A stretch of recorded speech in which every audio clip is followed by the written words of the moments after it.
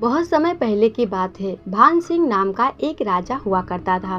उसे अपने धन ईश्वर पर बड़ा अभिमान था। वह निहायत ही स्वार्थी और चापलूस पसंद इंसान था। उस राजा की 7 पुत्रियां थी, सातों एक से बढ़कर एक सुंदर। जहां उसकी 6 पुत्रियां एक नंबर की कामचोर और बददिमाग थी, वहीं उसकी सबसे छोटी पुत्री प्रेमलता बहुत ही बुद्धिमान, सत्यप्रिय व न्याय पसंद लड़की थी। राजा की 6 पुत्रियां राजा के गलत कार्यों को भी सही बताकर उसकी खूब चापलूसी किया करती थी, लेकिन उसकी सबसे छोटी पुत्री उसके किसी भी गलत व अन्यायपूर्ण कार्य में अपनी भागीदारी देना उचित नहीं समझती थी। उसकी वजह से राजा उससे अप्रसन्न रहा करता था। एक दिन राजा ने अपनी 7 पुत्रियों को अपने पास बुलाया और उनसे अजीब तरह के सवाल पूछने लगा। पुत्रियों, मैं तुम सबसे कुछ कहना चाहता हूँ। वैसे तो मैं तुम सबका जवाब जानता हूँ, फिर भी तुम सबके मुँह से कुछ सुनना चाहता हूँ। तुम सब ये बताओ कि तुम सब किसका खाती हो। सबसे पहले उसकी सबसे बड़ी पुत्री ने जवाब दिया, निसंदेह पिताश्री, हम आपका खाते हैं। उसका जवाब सुन राजा बहुत प्रसन्न हुआ। अब उसने अपनी दूसरी पुत्री की ओर देखा और उसने भी यही कहा। ये कोई पूछने वाली बात है पिताश्री, ये बात सभी जानते हैं कि हम सब आपका ही खाते हैं। राजा फिर से बहुत प्रसन्न हुआ। इसी तरह राजा की तीसरी, चौथी, 5वीं और 6ठी पुत्री ने भी राजा को इसी प्रकार का जवाब दिया। परंतु जब बारी उसके 7वीं और सबसे छोटी पुत्री की आई तो उसने अपनी बहनों की तरह जवाब न देकर कुछ अलग जवाब दिया। उसने कहा, पिताश्री, आप मेरे जन्मदाता हैं, मैं आपका बहुत सम्मान करती हूँ। आपके लिए अपने प्राणों को भी दांव पर लगा सकती हूँ, परंतु असत्य नहीं कह सकती। ये सत्य है कि आपने मुझे जन्म दिया, इसमें भी संदेह नहीं कि मैं आपकी पुत्री हूँ। इन सब के उपरांत भी मैं ये मानती हूँ कि मैं आपका नहीं खाती। इस जीवन में मैंने जो कुछ भी पाया वो अपने भाग्य का पाया, इसीलिए मेरा जवाब यही है कि मैं आपका नहीं अपितु अपने भाग्य का खाती हूँ। राजा को उससे ऐसी अप्रत्याशित उत्तर की अपेक्षा न थी। वो क्रोधित हो उठा। अच्छा, तो तुम मेरा नहीं खाती। ठीक है, मैं मान लेता हूँ। ठीक है, मैं मान लेता हूँ कि तुम अपने भाग्य का खाती हो, परंतु तुम्हें ये साबित करना पड़ेगा। राजा ने कहा, अगले 5 वर्षों के लिए मैं तुम्हें अपनी पुत्री होने के अधिकार से विमुख करता हूँ। अगर इन 5 वर्षों में तुमने ये साबित कर दिया कि तुम अब तक मेरा नहीं अपितु अपने भाग्य का खाती आ रही थी, तो उसी दिन मैं अपना सारा राज्य तुम्हें सौंपकर वनवास धर्म निभाने वन को चला जाऊंगा। परंतु इसी के साथ अगर तुम यह बात साबित नहीं कर पाई तो तुम दंड की अधिकारी होगी। उसी क्षण राजा अपने सिपाहियों को आदेश देता है, सिपाहियों, प्रेमलता को अभी और इसी वक्त किसी बीहड़ स्थान पर छोड़ाओ। सिपाही उसे ले जाकर एक ऐसे स्थान पर छोड़कर आ जाते हैं जहां दूर दूर तक कोई मनुष्य, ना किसी मनुष्य की जाति, केवल वीराना ही वीराना था। उस समय प्रेमलता की उम्र केवल 14 साल थी। कई दिनों तक भूखी प्यासी भटकते भटकते प्रेमलता एक गांव में पहुंच जाती है, जहां उसे एक कुआं दिखाई पड़ता है। प्यास से उसका गला सूखा जा रहा था। वो पानी पीने के लिए उस कुएं के पास जाती है। कुएं के अंदर झांकती है। उस कुएं में पानी तो होता है, लेकिन पानी निकालने के लिए कोई बाल्टी या रस्सी नजर नहीं आती। चारों तरफ निगाह दौड़ाने के बाद उसे वहीं कुछ दूरी पर एक कोठी दिखाई देती है। प्रेमलता उस कोठी की तरफ जाती है, लेकिन कोठी पर एक बड़ा सा ताला लगा देखकर निराश हो जाती है। आसपास कोई दिख भी नहीं रहा था जिससे वो सहायता ले सके। प्यास के मारे उसके प्राण सूखते जा रहे थे। कोई रास्ता न देख प्रेमलता ताले को बिना चाबी से ही खोलने का प्रयत्न करने लगती है और वो ये देखकर हैरान रह जाती है कि उसकी छूते ही ताला अपने आप ही खुल जाता है।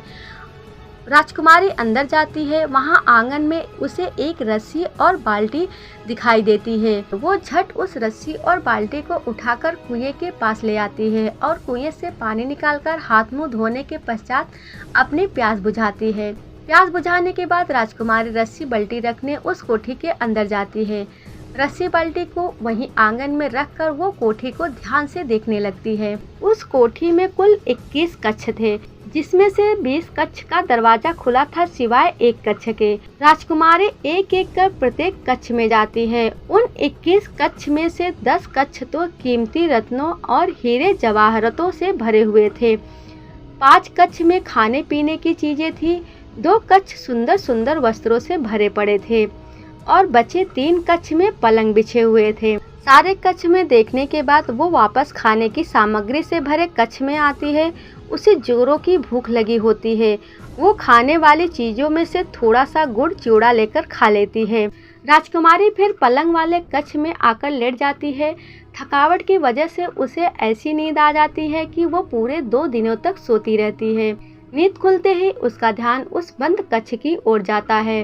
राजकुमारी उस ओर जाती है लेकिन ताला लगा देख वापस आ जाती है। उसने उस कोठी को अपना भाग्य मानकर उसे अपना बसेरा बना लिया था।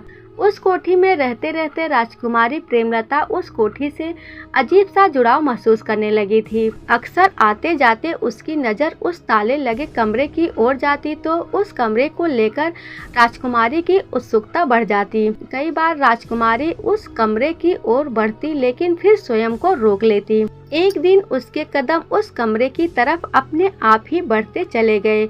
पता नहीं क्यों उसे ऐसा लगा मानो उस कमरे में कुछ ऐसा है जो उसके आने वाले जीवन से जुड़कर उसके भाग्य की कहानी कहने को आतुर है। राजकुमारी के हाथ खुद ब खुद उस ताले की ओर बढ़ते चले गए और उसका हाथ लगते ही वो ताला खुल गया। अब तो उसे तनिक भी संशय ना रहा कि हो ना हो उस कमरे से जरूर उसका भाग्य जुड़ा है। राजकुमारी दरवाजा खोलकर अंदर जाती है तो देखती है कि उस कक्ष के बीचों बीच एक सैया सेज बिछा हुआ है जिस पर एक निष्काम शरीर पड़ा हुआ है। उसके शरीर पर ढेरों सुइयां चुभी हुई हैं। राजकुमारी उसके समीप बैठ जाती है और मन ही मन सोचती है ऐसी अवस्था में होते हुए भी इनके चेहरे की कोमलता लालिमा ज्यों की त्यों बनी हुई है।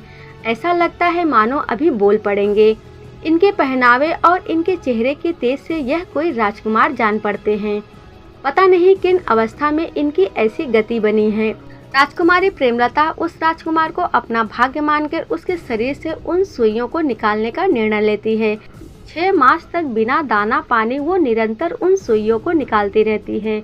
आखिरी के 2 सुई रह जाते हैं तो उसे सुध होता है कि वो कितने मास से बिना दाना पानी यहाँ बैठी है। राजकुमारी ने सोचा अब तो सारी सुई निकल चुकी है, ये 2 सुई बची है, इन्हें भी मैं निकाल दूंगी।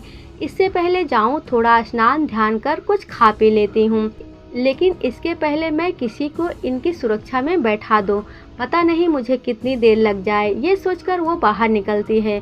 संयोग से उसी वक्त एक स्त्री कुएं से पानी खींच रही होती है। राजकुमारी प्रेमलता उसके समीप जाती है और अनुनय विनय करके उसे कुछ देर के लिए उस शरीर के पास बैठने को राजी कर लेती है और फिर निश्चित होकर चली जाती है। प्रेमलता के जाते ही उस स्त्री के मन में पाप आ जाता है। वो सोचने लगती है अगर मैं इस कोठी की मालकिन बन जाऊं तो मजा आ जाएगा। इस कोठी का सारा कुछ मेरा हो जाएगा और मैं रानी बनकर राज करूंगी। ये सोच उसने राजकुमार के आंखों में चुभे उन 2 सुइयों को निकाल दिया। सुई निकलते ही राजकुमार उठकर बैठ जाता है और अपने समीप बैठे स्त्री को देखकर पूछता है, हे देवी आप कौन है जिसने मुझे नया जीवन दान दिया है। वो स्त्री राजकुमार को प्रेमलता की सारी कहानी अपनी बताकर सुना देती है। राजकुमार उसका आभार व्यक्त करता है और उसे अपने जीवन संगिनी बनाने का वादा करने के साथ ही अपनी कहानी सुनाता है कि किस तरह से एक श्राप की वजह से उसकी ये गति हुई और किस तरह उसे इस श्राप से मुक्त करवाने वाली स्त्री ही उसकी जीवन संगिनी बनेगी। राजकुमारी प्रेमलता कुछ समय पश्चात जब वापस आती है तो ये देखकर प्रसन्न होती है कि वो जिस निष्काम शरीर को उस स्त्री के देख रेख में छोड़कर गई थी वो एक हंसते खिलखिलाते स्वस्थ रूपवान नव युवक में बदल चुका है। राजकुमारी उस स्त्री का आभार व्यक्त करते हुए उसे जाने को कहती है। इस पर वो स्त्री प्रेमलता से पूछती है, तुम कौन हो जो मुझे जाने को कह रही हो। इस बात से हैरान हो प्रेमलता उसे कुछ समय पहले की बात याद दिलाते हुए अपना परिचय देती है, लेकिन वो स्त्री राजकुमार के सामने उसे ही झूठा बताते हुए उससे उसकी बात को प्रमाणित करने का शर्त रख देती है। राजकुमारी निरुत्तर हो जाती है क्योंकि उसके पास इस बात को प्रमाणित करने के साक्ष्य के रूप में वही एक स्त्री थी जो उसे झूठा बनाकर उससे खुद प्रमाण मांग रही थी। राजकुमारी उस स्त्री से ज़्यादा बहस करना उचित नहीं समझती और वहां से जाने लगती है। लेकिन राजकुमार उसे ये कहकर रोक लेता है कि जब तक झूठ और सच का निर्णय नहीं हो जाता तुम इसी कोठी में रहोगी। राजकुमार, जो राजकुमारी को देखते ही मंत्रमुग्ध हो गया था, पता नहीं क्यों राजकुमारी की बातें उसे सच्ची लग रही थी, लेकिन कोई प्रमाण न होने की वजह से वो उस स्त्री को पूरी तरह से झुठला भी नहीं सकता था। राजकुमार असमंजस में पड़ा हुआ था कि क्या करे, कैसे सच और झूठ का निर्णय करे। इसी कसमसाहट में वो अपनी सारी रात गुजार देता है। कोई रास्ता सूझता न देख वो राजकुमारी से अकेले में मिलकर उससे बात करने का निर्णय लेता है। सुबह होते ही उसकी निगाह राजकुमारी को ढूंढने लगती है, लेकिन राजकुमारी कहीं नहीं दिख रही थी। राजकुमार ने हर उस जगह राजकुमारी को तलाशना शुरू कर दिया जहां वो हो सकती थी, मगर राजकुमारी नहीं मिलती। राजकुमार बेचैन हो जाता है। उसे इतने दिनों में राजकुमारी से एक आत्मिक जुड़ाव सा महसूस होने लगता है। उसे ये सोचकर पश्चाताप होने लगता है कि कहीं राजकुमारी की बातों को न मानकर उसने कोई गलती तो नहीं कर दी। वो विचार कर ही रहा होता है कि उसकी नज़र राजकुमारी पर पड़ती है, जो कि बगीचे में फूल तोड़ने गई थी। राजकुमार उसे देखते ही इस कदर प्रसन्न होता है जैसे उसकी कोई प्रिय वस्तु खोने के बाद उसे वापस मिल गई हो। वो राजकुमारी से अपने मन की बात कहने ही जा रहा होता है कि वो स्त्री फिर से वहाँ आ जाती है और राजकुमार उसे देखकर चाहकर भी कुछ नहीं बोल पाता। इस बारे में राजकुमार ने मौका देख कई बार राजकुमारी से बात करने की कोशिश की, लेकिन हर बार वो स्त्री बीच में आ जाती थी, जिसकी वजह से राजकुमार राजकुमारी से बात करने से चूक जाता था। एक दिन राजकुमार किसी काम से नगर जा रहा होता है तो राजकुमारी से वहाँ से कुछ लाने के लिए पूछता है। राजकुमारी यह कहकर मना कर देती है कि उसे किसी भी चीज़ की ज़रूरत नहीं है, परंतु राजकुमार के जिद करने पर वो उसे काठ की कठपुतली लाने को कह देती है। राजकुमार ये सुनकर हंस देता है। कठपुतली, इसका तुम क्या करोगी? राजकुमारी बोलती है, बस आप ले आइएगा। राजकुमार चला जाता है। कुछ दिनों पश्चात वो वापस आने पर राजकुमारी के लिए कठपुतली लाना नहीं भूलता। कठपुतली देख राजकुमारी खुश हो जाती है। पहली बार राजकुमार ने उसे हंसते हुए देखा था। हंसते हुए राजकुमारी का रूप और भी निखर गया था। राजकुमार उसे एक टक देखते ही जा रहा था और सोच रहा था कि कोई इससे भी ज्यादा रूपवती हो सकती है भला। इधर वो स्त्री राजकुमारी के रूप से जलने लगी थी। उसे लग रहा था कि कहीं इसके रूप के जाल में फंसकर राजकुमार को उसकी बातों पर यकीन ना हो जाए, फिर मेरा क्या होगा? रानी बनने का मेरा सारा ख्वाब धरा का धरा रह जाएगा। यही सोच वो उसके खिलाफ राजकुमार के कान भरने लगती है और जल्दी से जल्दी उसे वहां से निकालने की योजना बनाने लगती है।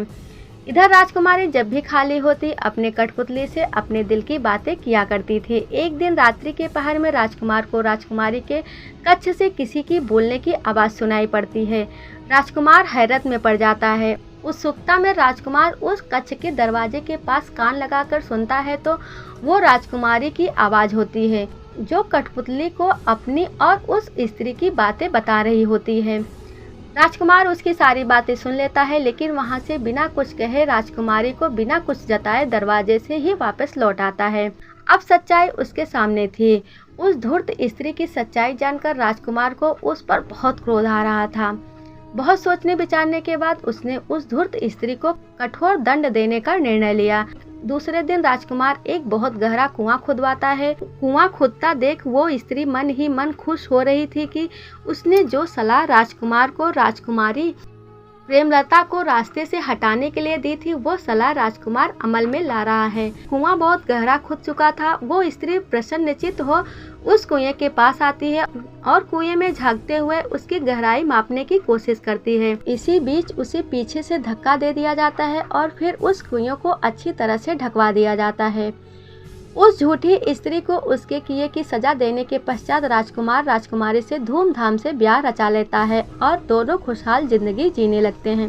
एक दिन राजकुमारी ने राजकुमार से उसके शरीर पर गुदे सुइयों का राज जानना चाहा, लेकिन राजकुमार को कुछ याद नहीं था कि सिवाय इसके कि एक स्त्री होगी जो तुम्हें इस श्राप से मुक्ति दिलाएगी और वही तुम्हारी जीवन संगिनी भी बनेगी।